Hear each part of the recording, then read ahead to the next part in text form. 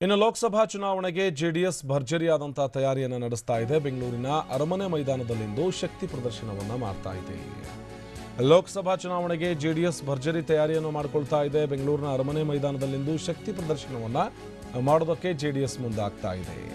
H D Deve Gowda ನೇತೃತ್ವದಲ್ಲಿ ದಳಪತಿಗಳ ದೊಡ್ಡ ಸಮ್ಮೇಳನ ನಡೆಯುತ್ತೆ. ಸಮ್ಮೇಳನದಲ್ಲಿ ಸುಮಾರು 1 ಲಕ್ಷ ಜನ ಸೇರುವಂತಹ ನಿರೀಕ್ಷೆಯನ್ನ ಇಟ್ಟುಕೊಳ್ಳಲಾಗಿದೆ. ಜೆಡಿಎಸ್ನ ಕಾರ್ಯಕರ್ತರು ಜೊತೆಗೆ ಜನ 1 ಲಕ್ಷ ಪ್ರಮಾಣದಲ್ಲಿ ಸೇರುವಂತಹ ನಿರೀಕ್ಷೆಯನ್ನು ಇಟ್ಟುಕೊಳ್ಳಲಾಗಿದ್ದು, ಸಚಿವರು, ಶಾಸಕರು, ಪರಿಷತ್ ಸದಸ್ಯರು, ಜಿಲ್ಲಾಧ್ಯಕ್ಷರು ಕೂಡ ಈ ಸಮಾವೇಶದಲ್ಲಿ ಭಾಗಿಯಾಗ್ತಾರೆ. ಸರ್ಕಾರ ಅಸ್ಥಿರಕ್ಕೆ ಪ್ರಯತ್ನಿಸ್ತಾ ಇರುವಂತಹ ಬಿಜೆಪಿ ವಿರುದ್ಧ ವಾಗ್ದಾಳಿ ನಡೆಸುವಂತಹ ಸಾಧ್ಯತೆ ಇದೆ. ನರೇಂದ್ರ ಮೋದಿ ಅವರ ವಿರುದ್ಧವೂ ಕೂಡ ವಾಗ್ದಾಳಿಯನ್ನು ನಡೆಸಲಿದ್ದಾರೆ ಜೆಡಿಎಸ್ನ ನಾಯಕರು. ಏನು ಸರ್ಕಾರ ಅಸ್ಥಿರಗೊಳಿಸುತ್ತೆ, ಸರ್ಕಾರವನ್ನ ಬೀಳಿಸಬೇಕು, ಆಪರೇಷನ್ ಕಮಲ ನಡೆಸ್ತಾ ಇರುವಂತಹ ಬಿಜೆಪಿ ನಾಯಕರ ವಿರುದ್ಧ ಇವತ್ತು ಜೆಡಿಎಸ್ನ ಸಮಾವೇಶದಲ್ಲಿ ದೊಡ್ಡದಾದಂತಹ ವಾಗ್ದಾಳಿಗಳೇ ಹೊರಬೀಳುವಂತಹ ಸಾಧ್ಯತೆ ಇದೆ. ಈ ಬಗ್ಗೆ ಮತ್ತಷ್ಟು ಮಾಹಿತಿಯನ್ನು ಕೊಡ್ತಾರೆ ನಮ್ಮ ಪ್ರತಿನಿಧಿ ಸುನಿಲ್ ದೂರವಾಣಿ ಸಂಪರ್ಕದಲ್ಲಿ ಜಾಯ್ನ್ ಆಗಿದ್ದಾರೆ. ಸುನಿಲ್, ಇವತ್ತು ಸಮಾವೇಶ ನಡೆಯುತ್ತೆ ಜೆಡಿಎಸ್ನದ್ದು, ಯಾವ ರೀತಿಯಾದಂತಹ ಸಿದ್ಧತೆ ನಡೀತಾ ಇದೆ, ಜೊತೆಗೆ ಏನೆಲ್ಲ ಮಾತುಗಳು ಹೊರಬರ್ಬೋದಲ್ಲಿ ಸುನಿಲ್? ಆನಂದ್, ಸಾಕಷ್ಟು ಕಳೆದ ದಿನಗಳಿಂದಲೂ ಕೂಡ ಜೆಡಿಎಸ್ನ ವರಿಷ್ಠ ದೇವೇಗೌಡರು ಬಿಜೆಪಿಯನ್ನು ಅಧಿಕಾರದಲ್ಲಿ ದೂರ ಇಡಬೇಕು, ಲೋಕಸಭಾ ಚುನಾವಣೆಯಲ್ಲಿ ಕಾಂಗ್ರೆಸ್ ಮತ್ತೆ ಪ್ರಾದೇಶಿಕ ಪಕ್ಷಗಳು ಸೇರಿ ಅಧಿಕಾರಕ್ಕೆ ಬರಬೇಕು, ಒಂದು ಚುನಾವಣೆಯಲ್ಲಿ ಹೆಚ್ಚಿನ ಒಂದು ಸಂಖ್ಯೆಗಳ ಗೆಲ್ಲಬೇಕು ಅನ್ನೋ ವಿಚಾರವಾಗಿ ಸಾಕಷ್ಟು ದೇವೇಗೌಡರು ತಲೆ ಕೆತ್ತಿಕೊಂಡಿದ್ದಾರೆ.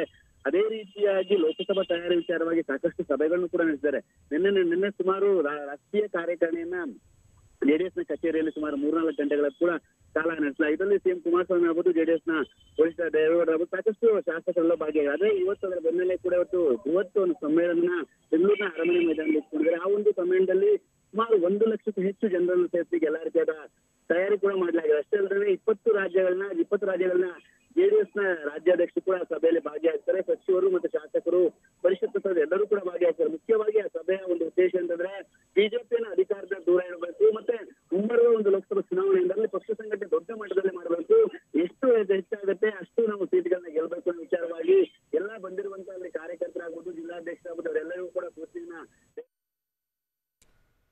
ಓಕೆ, ಧ್ವನಿ ಸ್ಪಷ್ಟ ಆಗ್ತಾ ಇಲ್ಲ. ಜೆಡಿಎಸ್ನ ಸಮಾವೇಶದ ಬಗ್ಗೆ ಹೇಳ್ತಾ ಇದ್ರು ನಮ್ಮ ಪ್ರತಿನಿಧಿ. ಜೊತೆಗೆ ಇವತ್ತು ನಡೆಯುವಂಥ ಸಮಾವೇಶದಲ್ಲಿ ಯಾರ್ಯಾರು ಭಾಗಿಯಾಗ್ತಾರೆ, ಎಷ್ಟು ಜನ ಬರುವಂಥ ನಿರೀಕ್ಷೆಯನ್ನು ಇಟ್ಕೊಳ್ಳಲಾಗಿದೆ, ಈಗಾಗಲೇ ಅರಮನೆ ಮೈದಾನದಲ್ಲಿ ಎಷ್ಟರ ಮಟ್ಟಿಗೆ ಅಲ್ಲಿ ಸಿದ್ಧತೆಗಳು ನಡೀತಾ ಇದೆ ಅನ್ನುವಂಥ ವಿಚಾರವನ್ನು ಹೇಳ್ತಾ ಇದ್ರು. ಒಟ್ಟಾರೆ ಲೋಕಸಭಾ ಚುನಾವಣೆಗೆ ತಯಾರಿಯನ್ನು ನಡೆಸಿಕೊಳ್ತಾನೆ ಜೆಡಿಎಸ್. ಇತ್ತ ಬಿಜೆಪಿ ವಿರುದ್ಧ, ನರೇಂದ್ರ ಮೋದಿ ಅವರ ವಿರುದ್ಧ ವಾಗ್ದಾಳಿ ನಡೆಸುವಂಥ ಸಾಧ್ಯತೆ ಇದೆ.